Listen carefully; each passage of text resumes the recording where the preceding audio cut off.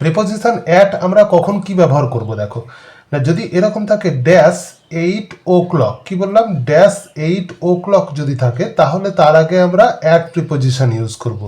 যদি থাকে তাহলে ড্যাশ 5 o'clock থাকে তাহলে কোন প্রিপোজিশন অ্যাড করব আমরা এখানেতে অ্যাট 5 o'clock, অ্যাট 10 o'clock, এইভাবে আমরা ব্যবহার করতে পারবো। যেমন একটা সেন্টেন্সের মধ্যে বলে দিচ্ছি I go to bed dash 10 o'clock, তাহলে কি হবে 10 o'clock, তাহলে আমরা কি ব্যবহার করতে পারবো এখানে না at 10 o'clock, I go to bed at 10 o'clock। এইভাবে আমরা সেন্টেন্সের মধ্যে অ্যাট প্রিপোজিশন ব্যবহার করতে পারবো।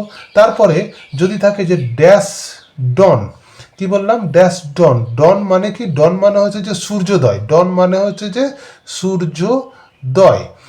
তো সূর্যোদয়ের আগে যদি প্রিপোজিশন বসাতে বলে তাহলে আমরা এখানে অ্যাট প্রিপোজিশন বসাবো অ্যাট ডন। কিন্তু খেয়াল রাখতে হবে যে যদি এরকম থাকে dash the dawn, dash the dawn, তখন হবে in the dawn, but at ডন।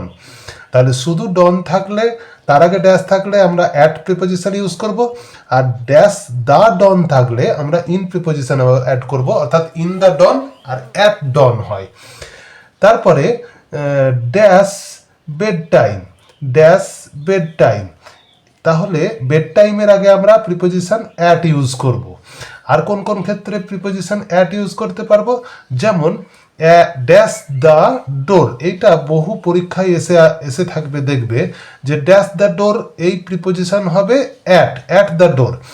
যেমন সেন্টেন্সের মধ্যে এটা এইভাবে দেওয়া থাকে যে দ্য বয় ইজ স্ট্যান্ডিং, মানে ছেলেটি দাঁড়িয়ে আছে ড্যাশ দ্য ডোর, দরজায় দাঁড়িয়ে আছে, তাহলে কি হবে এখানে at the boy is standing, at the door হবে। তারপরে আমরা এটা সবসময় ইউজ করি, দেখবে অ্যাট ফার্স্ট, অর্থাৎ ফার্স্টের আগে অ্যাট প্রিপোজিশন ইউজ করব। তারপরে অ্যাট লাস্টের আগে আমরা অ্যাট প্রিপোজিশন ইউজ করব। তারপরে অ্যাট ফার্স্ট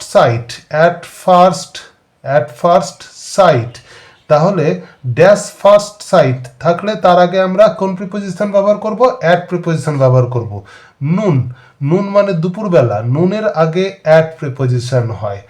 তারপরে নাইটের আগে কোন প্রিপোজিশন হয়, অ্যাট প্রিপোজিশন হয়। কিন্তু এখানে খেয়াল রাখতে হবে যে নাইটের আগে অ্যাট প্রিপোজিশন হয়, কিন্তু ড্যাশ দ্য নাইট যদি থাকে তাহলে হবে এখানে ইন দ্য নাইট হবে। কি বললাম যে ড্যাশ দ্য নাইট থাকলে ইন দ্য নাইট, আর ড্যাশ নাইট থাকলে অ্যাট নাইট হবে। তারপরে কি আছে না ডিনারের আগে কোন প্রিপোজিশন হবে, অ্যাট প্রিপোজিশন হবে, ডিনারের আগে অ্যাট প্রিপোজিশন ব্যবহার করব। তারপরে ড্যাশ সি মানে সমুদ্র, এর আগেও আমরা প্রিপোজিশন ইউজ করব অ্যাট সি, অর্থাৎ অ্যাট প্রিপোজিশনগুলো কোন কোন ওয়ার্ডের আগে বসে সেগুলো শিখিয়ে দিলাম। এবার সেন্টেন্সের মধ্যে দেখব কিভাবে অ্যাট প্রিপোজিশন বসছে। যেমন ধরো দেওয়া আছে যে একটা সেন্টেন্স লিখছি আমি যে ড্যাশ দ্য সেম টাইম, তো এই ড্যাশ দ্য সেম টাইমের আগে কোন প্রিপোজিশন বসবে, অ্যাট দ্য সেম টাইম। এইভাবে অ্যাট ইউজ করতে হয় কোন কোন সেন্টেন্সের আগে বা কোন কোন ওয়ার্ডের আগে, সেটা আমি শিখিয়ে দিলাম। পরের ভিডিওতে আরও অন্যান্য প্রিপোজিশনগুলো শিখিয়ে দেবো।